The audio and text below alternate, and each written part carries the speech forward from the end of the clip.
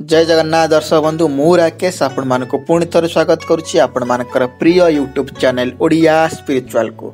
दर्शक बंधु आज ये वीडियो रे आमे जानिबा देव दीपावली विषय रे।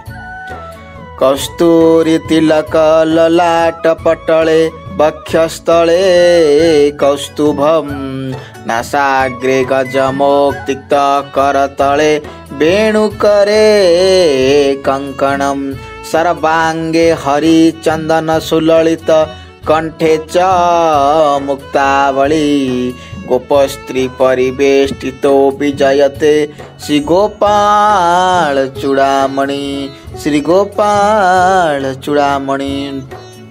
श्रीमंदिर रे महाप्रभु करुछंती मानवीय लीला। मंद मंद शीतल एवं सुगंध वायु प्रवाहित हेउची वनराजी रे पुष्पित शोभा पाउची पर्वतर समूहर मणिर झलकरे दीप्तिमंत नदी मानकर अमृत धारा प्रवाहित देवता माने आह्लादित हेउछंती। गो ब्राह्मण देवता एवं संत मानक हित निमंते भगवान आज धराधाम रे प्रकटित होइछंती। पितृऋण एवं मातृऋण को मने पकाई समाज रे मानव लीला करुछंती दारू ब्रह्म। श्री मार्गशीर मासर कृष्ण चतुर्दशी तिथि रे महाप्रभु वामन रूप रे देव पिता माता सत्यजुगर कश्यप ऋषि एवं अदितिंकर पति पिंड एवं दीप उत्सर्ग करती। मार्गशीर मास अमावास्या तिथि रे प्रभु श्री रामचंद्र रूप रे तृतीया जुगर पिता दशरथ एवं कौशल्या माता को पिंड एवं दीपदान करती।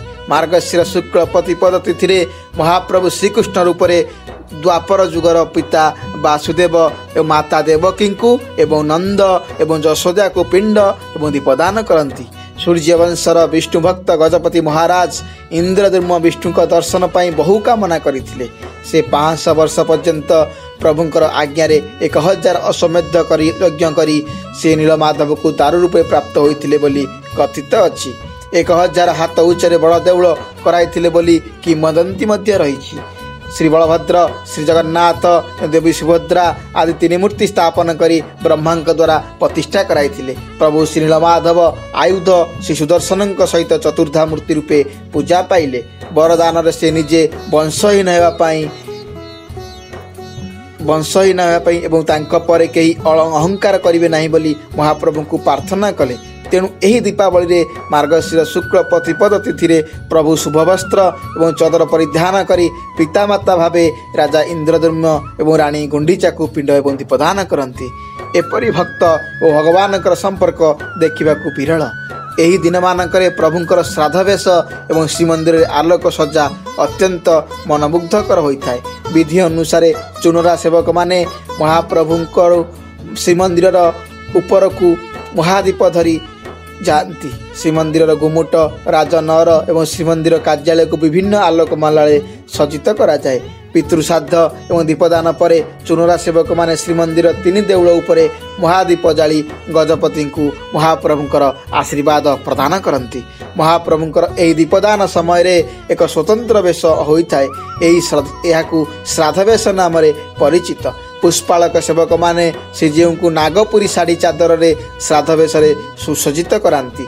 एथिरे श्रीजीव को धवल वस्त्र परिहित होइथांती, किंतु प्रति ठाकुरंक लुगार धड़ी गुड़िक विभिन्न रंगर होइथाय।